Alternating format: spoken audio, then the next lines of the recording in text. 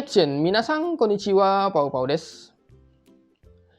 Banyak dari teman-teman kita yang sekarang berada di Indonesia yang ingin melakukan job matching, atau bagi teman-teman yang sekarang sudah tinggal dan bekerja di Jepang lalu memutuskan untuk pindah kerja mencari pekerjaan baru, sebagian dari mereka itu kebingungan apa-apa saja yang harus diperhatikan ketika kita mencari pekerjaan. Nah, jadi ya teman-teman, bagi teman-teman yang sudah mengikuti video gue belakangan ini, pasti ada yang sebagian yang sudah tahu kalau gue itu sudah pindah kerja, tidak bekerja di perusahaan yang lama lagi. Nah, ketika gue itu mencari pekerjaan di tempat yang baru, gue itu melakukan beberapa hal yang menurut gue perlu diantisipasi. Kenapa? Supaya tujuannya adalah agar teman-teman itu betah bekerja di perusahaan tersebut dalam jangka waktu yang lama, seperti itu ya. Dari berbagai macam faktor, misalnya faktor eksternal dari perusahaan maupun faktor perusahaannya sendiri, seperti itu. Nah, sehingga di sini gue ingin membagikan beberapa tips yang mungkin sekiranya akan berguna bagi teman-teman yang ingin melakukan job matching, baik itu di Indonesia maupun di Jepang. Nah, maka dari itu gue sarankan buat teman-teman silahkan nonton video ini sampai habis.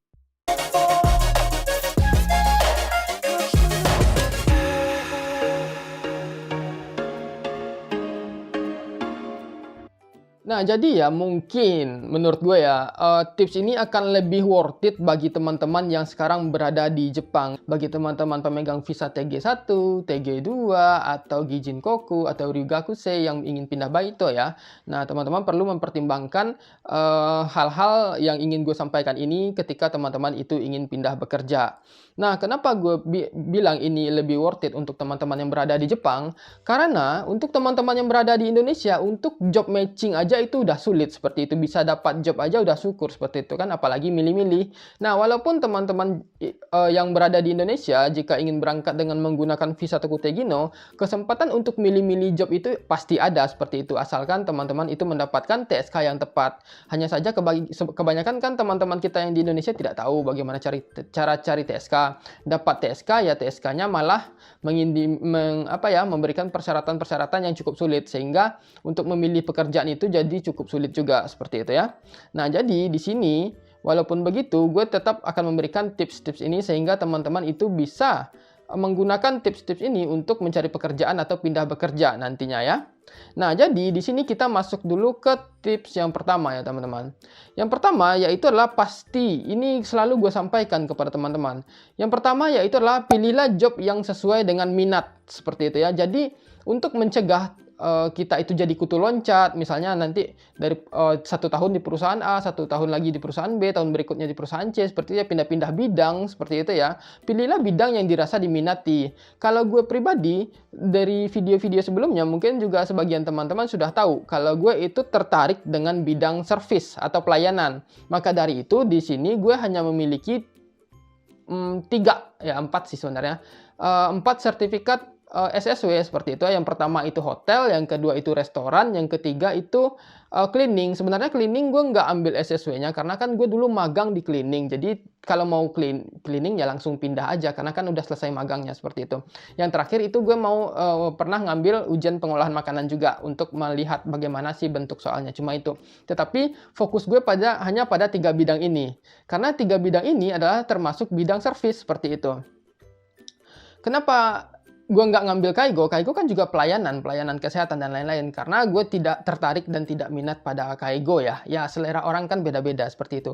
Ada teman gue yang mereka itu dia fokus pada Kaigo saja karena dia tertarik pada hal tersebut kan. Kalau gue hanya tertarik pada restoran, hotel, sama cleaning seperti itu. Karena 3 bidang ini saling berhubungan. Dan gue itu juga udah pernah ngebahas di video sebelumnya ya. Teman-teman bisa cek saja.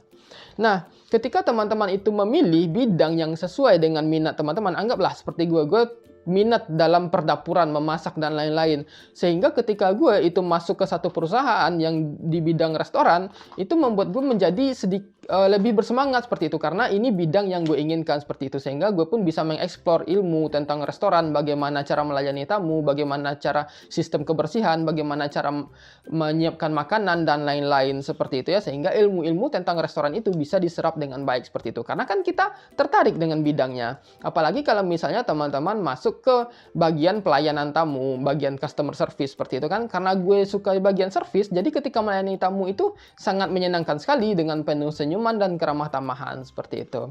Jadi tips yang pertama yaitu adalah carilah pekerjaan sesuai minat. Kalau teman-teman minatnya di pertanian, ya ambillah pertanian. Pikirkan ke depannya apa, mau menjadi pemilik petani sukses kah nanti di Indonesia, mau bikin lahan yang besar untuk bisa mempekerjakan orang atau apapun itu ya. Pokoknya pikirkan semuanya. Ke depannya nanti mau jadi apa, seperti itu. Nah, yang kedua adalah pertimbangkan lokasi atau prefektur. Kenapa gue bilang ini? Karena kan di Jepang ini ada banyak sekali prefektur. Teman-teman bisa pilih prefektur mana yang teman-teman suka. Kalau ingin bekerja dengan menggunakan visa Tokutegino, tinggal cari job di sekitaran sana saja, seperti itu. Jadi sebelum teman-teman itu masuk ke Jepang, bagi yang newcomer ya, atau bagi yang sudah di Jepang yang ingin mencoba prefektur lain, riset dulu prefekturnya, bagaimana prefekturnya, bagaimana cuacanya, bagaimana musimnya, bagaimana masyarakatnya, bagaimana saitei chinggingnya, upah UMR-nya, seperti itu ya. Itu perlu di riset dan juga dipertimbangkan. Kalau misalnya anggaplah kayak gue selalu berada di Fukuoka ya. Kalau misalnya teman-teman datang ke Fukuoka, gue di sini Fukuoka, nggak keluar, nggak kemana-mana, seperti itu. Gue selalu memilih Fukuoka karena gue sudah riset, memang asalnya dari sini juga gitu kan, sudah paham dengan lokasinya, di mana tempat yang cocok, tempat yang bagus dan lain-lain, seperti itu ya. Yang otokunya apa saja. Gue itu udah pernah ya ngebahas ya kenapa gue itu memilih Fukuoka sebagai tempat tinggal. Teman-teman bisa cek aja di video gue sebelumnya. Dan juga ketika teman-teman memilih prefektur, sudah memutuskan di mana prefektur tempat teman-teman tinggal, nanti putuskan mau di kota mana. Misalnya di Fukuoka itu ada banyak kota, seperti itu loh. Misalnya mau tinggal di mana? Gue sekarang tinggal di Kitakyushu. Mau tinggal di Kitakyushu di daerah mana? Di distrik mana, itu teman-teman perhatikan, pikirkan. Jangan nanti misalnya ketika sudah milih prefektur, terserah kotanya mana, tapi nanti malah nyasar ke ke desa, misalnya seperti itu ya. Kan ada kita yang nggak mau tinggal di desa, seperti itu. Karena kan expect tinggal di Jepang ini main-main ke kota, jalan-jalan ke kota, seperti itu ya. Tentunya itu juga perlu dipikirkan. Atau nanti teman-teman misalnya mau di Tokyo, ternyata di Tokyonya malah di tempat kerjanya di pulau, seperti itu. Kemana-mana harus pakai kapal, kan taihen, ribet, seperti itu. Dan itu juga perlu di riset, seperti itu ya. Nah, selanjutnya yaitu adalah pertimbangkan harga apartemen dan jarak dari tempat tinggal. Nah, ini biasanya khusus bagi teman-teman yang apartemennya tidak disediakan oleh perusahaan. Kalau misalnya sudah disediakan oleh perusahaan, mah nggak perlu mikir poin ketiga. Karena biasanya apartemen yang disediakan perusahaan, itu biasanya harganya murah. Yang kedua, itu jaraknya nggak terlalu jauh dari perusahaan. Tetapi kalau teman-teman itu menyewa apartemen sendiri, pertimbangkan. Apartemen yang murah mungkin bisa jadi letaknya agak jauh dari lokasi perusahaan teman-teman. Dan itu akan memakan jarak dan waktu, seperti itu ya. Gue kemarin, waktu mencari apartemen, ini kan apartemen sewa sendiri, bukan apartemen yang disewakan oleh perusahaan atau dibantu carikan oleh perusahaan. Sehingga gue memikirkan, kalau misalnya gue bekerja di dekat stasiun seperti itu ya, gue harus mencari apartemen yang di dekat stasiun juga. Minimal jalan kakinya itu 20 menit atau 30 menit paling lama, misalnya seperti itu. Cuma kalau gue sekarang jalan kaki dari sini ke rumah ya, ke stasiun itu cuma 15 menit, seperti itu. Nah, itu perlu teman-teman pertimbangkan. Selain jarak antara rumah dan perusahaan, juga mempertimbangkan harga apartemen. Yang namanya kita tinggal di Kokura Kitaku ya, Kitaku ini mahal teman-teman ya. Jadi kita harus mempertimbangkannya. Gue waktu itu memikirkan untuk mencari rumah di daerah yang lain, yang agak lebih ke desa, seperti itu kan. Yang harganya itu mungkin setengah dari harga rumah gue yang sewa saat ini. Tetapi setelah gue pikir, kalau misalnya kita pergi agak ke dalam, agak ke jauh, agak ke desa sedikit, tentunya kita butuh waktu ekstra dan transport untuk sampai ke tempat kerja. Nah, uang transport kalau misalnya teman-teman itu tidak didukung, tidak disupport oleh perusahaan, tentunya uang transport juga harus dipikirkan. Misalnya, di rumah teman-teman yang di daerah Kokura Kitaku ini, misalnya harga rumahnya 7 juta atau 7 mang. Tetapi teman-teman memilih untuk ke daerah yang lebih jauh, seperti itu. Sehingga teman-teman dapat rumah yang harganya 3,5, seperti itu ya, setengah harganya, anggaplah. Nah, tetapi karena teman-teman itu harus pulang pergi dengan transport, yang mana satu hari itu memakan uang sebesar 300 atau 500 yen dalam satu hari, seperti itu ya. Kalau dikalikan 10 hari kan udah 5.000, seperti itu. Dikali 30 hari udah 1,5 mang kan, udah 1,5 juta. Jadi 3,5 dikali 1,5 udah 5 juta, seperti itu. Nggak jauh beda kan dari harga apartemen di sekitaran stasiun seperti itu. Apalagi kalau misalnya teman-teman itu tinggalnya suami istri seperti itu kan, bayangkan dah misalnya istrinya 1,5 satu bulan untuk transport, teman-teman juga 1,5, udah 3 juta ditambah biaya rumah 3,5, ya ujung-ujungnya sama seperti itu. Sama-sama 7 jutaan juga bayarnya seperti itu. Mending cari rumah mahal tapi dekat dari tempat kerja. Dan juga kita nggak harus bangun lebih awal untuk menyiapkan diri sebelum kerja. Misalnya kan kalau kita tinggal di agak pelosok, misalnya seperti itu, kita harus bangun 1 jam atau 1,5 jam lebih awal dan berangkatnya mungkin 30 menit lebih awal seperti itu. Kalau misalnya kita jaraknya 10 menit dari perusahaan tetapi apartemennya mahal, ya paling siap-siapnya 1 jam atau 30 menit sebelum berangkat juga nggak masalah seperti itu ya. Nah itu yang maksud gue, pertimbangkan tempat tinggal dan jarak tempat kerja seperti itu. Selanjutnya yang keempat yaitu adalah perhatikan lingkungan kerja di mana tempat teman-teman itu akan melamar pekerjaan. Nah, ini bisa ditanyakan ketika wawancara seperti itu ya. Maksud gue di sini lingkungan kerja, berapa orang staf dalam satu hari di tempat pekerjaan tersebut. Nanti teman-teman kan dapat kesempatan tuh untuk tanyakan hal seperti tersebut. Dalam satu hari stafnya masuk berapa orang baitonya, berapa orang syaingnya seperti itu. Teman-teman harus tahu apakah ada orang asing di sana atau tidak. Kenapa? Karena kadang ada orang-orang yang dia itu pengen ada orang asing di tempat kerjanya. Enggaklah harus orang Indonesia, misalnya orang asing lain seperti itu. Kenapa? Kadang kita sebagai orang asing juga gitu ya, ketika ngomong sesama orang asing kan lebih nyambung seperti itu ya. Ada juga yang seperti itu. Hanya saja di tempat gue sekarang itu tidak ada orang asing ya. Gue satu-satunya orang asing di tempat kerja sekarang seperti itu. Sisanya orang Jepang semua. Ya terserah lah. Itu balik lagi kepada kebutuhan teman-teman sendiri seperti itu ya.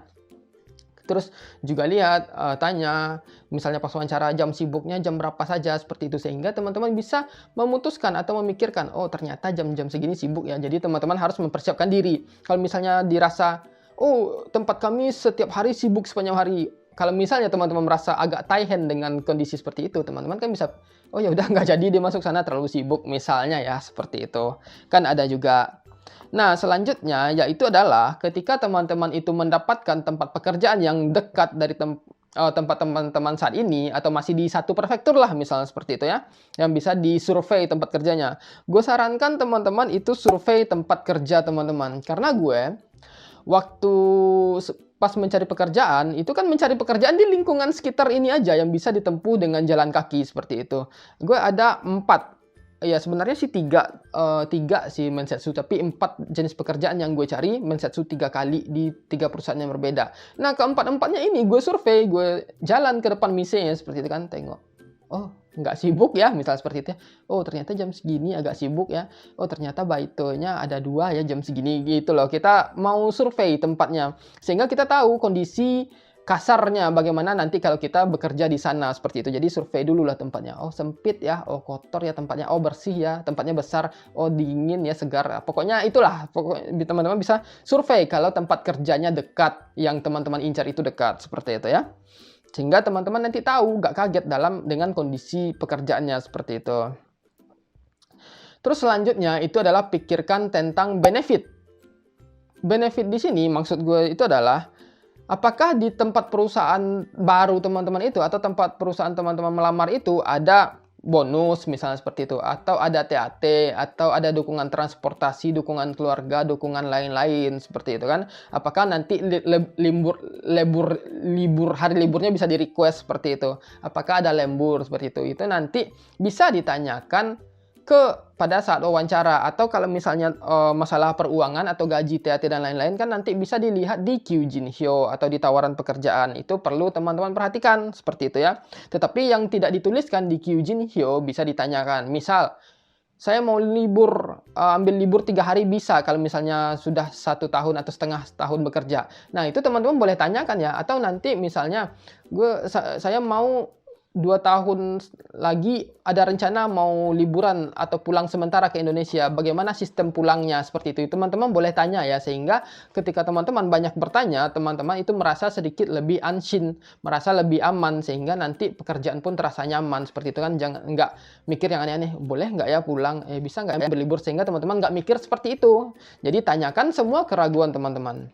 Kadang kan kalau di perusahaan itu normalnya kita libur kan 2 kali seminggu seperti itu. Teman-teman boleh request, saya mau libur hari Selasa Selasa sama Kamis misalnya seperti itu ya. Atau misalnya saya mau kayak gue maunya liburnya hari Kamis aja, untuk libur lain terserah hari apa aja nggak masalah misalnya seperti itu boleh. Tetapi kadang perusahaan itu nanya, kenapa kamu mau libur hari Kamis? Ya jelaskanlah alasannya seperti itu, karena rekan kerja saya juga liburnya hari Kamis di tempat lain, jadi kalau bisa kita liburnya bareng seperti itu. Atau istri saya liburnya hari Kamis di tempat lain, saya mau libur juga hari Kamis, jadi kita bisa kerjanya bareng seperti itu. Atau teman-teman ada gangguan kesehatan, misalnya sakit gigi, sakit apapun itu, misalnya encok dan segala macam, harus periksa ke dokter, misalnya jadwal yoyakunya hari Kamis. Ya karena saya ada pemeriksaan rutin di rumah sakit hari Kamis misalnya seperti itu ya, kasihlah alasan yang masuk akal seperti itu juga boleh ya.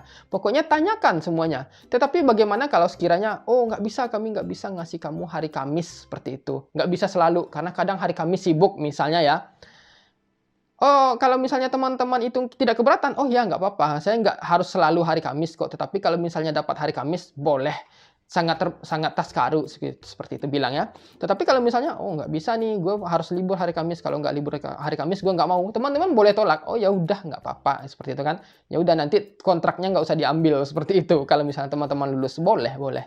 Teman-teman itu harus menyesuaikan job-job itu dengan kebutuhan teman-teman. Apalagi kalau sekiranya teman-teman itu berada di Jepang ya, udah berpengalaman seperti itu, lebih negotiable seperti itu daripada mungkin teman-teman yang berada di Indonesia seperti itu.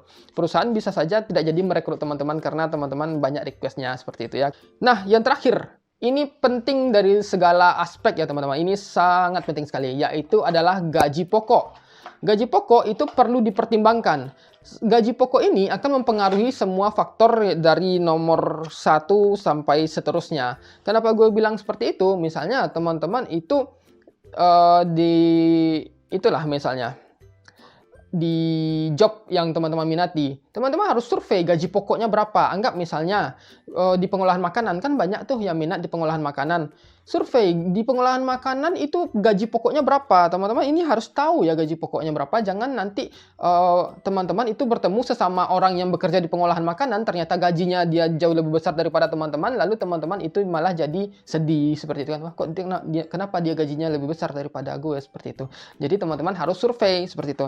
Dan gaji pokok ini juga perlu dipertimbangkan karena kalau misalnya teman-teman bekerja di satu prefektur tertentu, gaji pokok kan UMR kan ada tuh. Nah, jadi teman-teman cek kalau misalnya di prefektur Fukuoka berapa sih gaji pokok yang ideal untuk bekerja di sana, untuk tinggal di sana.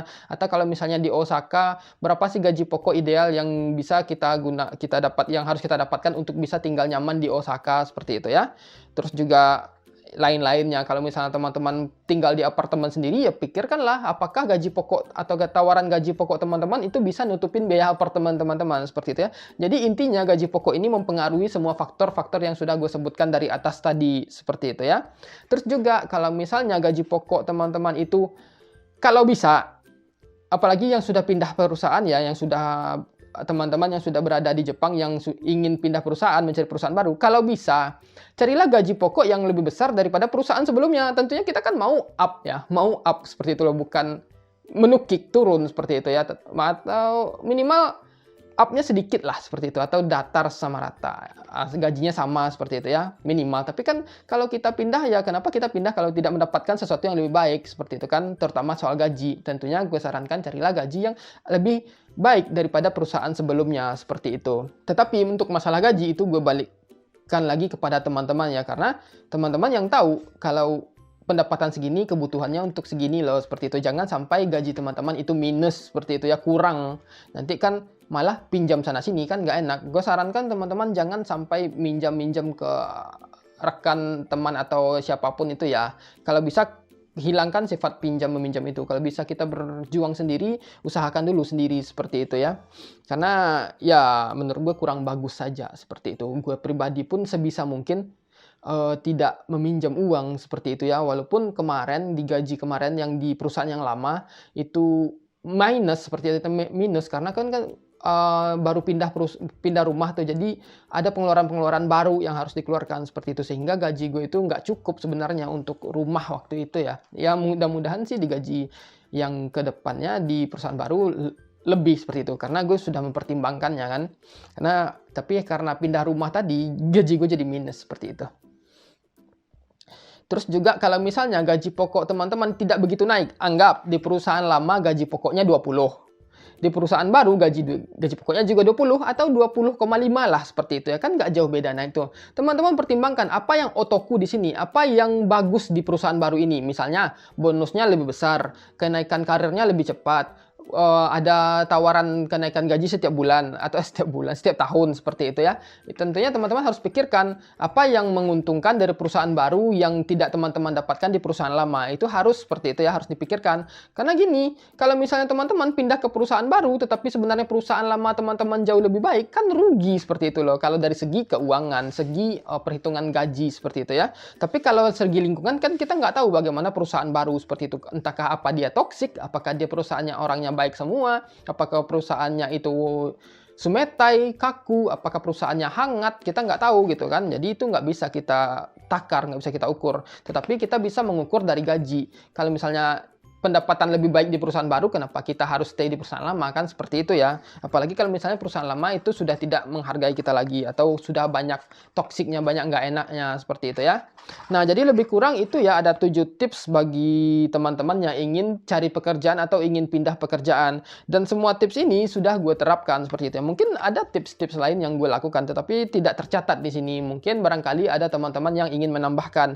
Bagi teman-teman yang sekarang berada di Indonesia yang sudah mencari pekerjaan atau sudah dapat pekerjaan, atau bagi teman-teman yang berpengalaman pindah kerja di Jepang yang punya tips-tips lain, silahkan bantu tulis di komen agar teman-teman kita itu dapat referensi lebih dari nggak cuma sekedar dari informasi yang gue sampaikan saja seperti itu ya. Nah, kalau misalnya teman-teman mau berbagi ide, berbagi referensi, berbagi ilmu, silahkan tulis di komen dan kita akan juga diskusi ya masalah apapun yang mungkin perlu diskusikan, dan gue pun akan menjawab beberapa pertanyaan, semua pertanyaan yang mungkin bagi teman-teman itu ada yang merasa ragu tentang penjelasan gue ya. Jadi silahkan tulis di komen. Nah, jadi lebih kurang seperti itu ya informasi yang bisa gue sampaikan kepada teman-teman. Jadi buat teman-teman silahkan cobakan tips ini agar teman-teman itu bisa bekerja di Jepang jauh lebih nyaman seperti itu ya, dengan gaji yang oke, lingkungan yang oke, perusahaannya oke, dan lain-lain seperti itu. Nah, kalau sekiranya teman-teman masih punya pertanyaan, silahkan tulis di komen. Gue bakal jawab sebisa mungkin dan sampai ketemu di video berikutnya. Cut.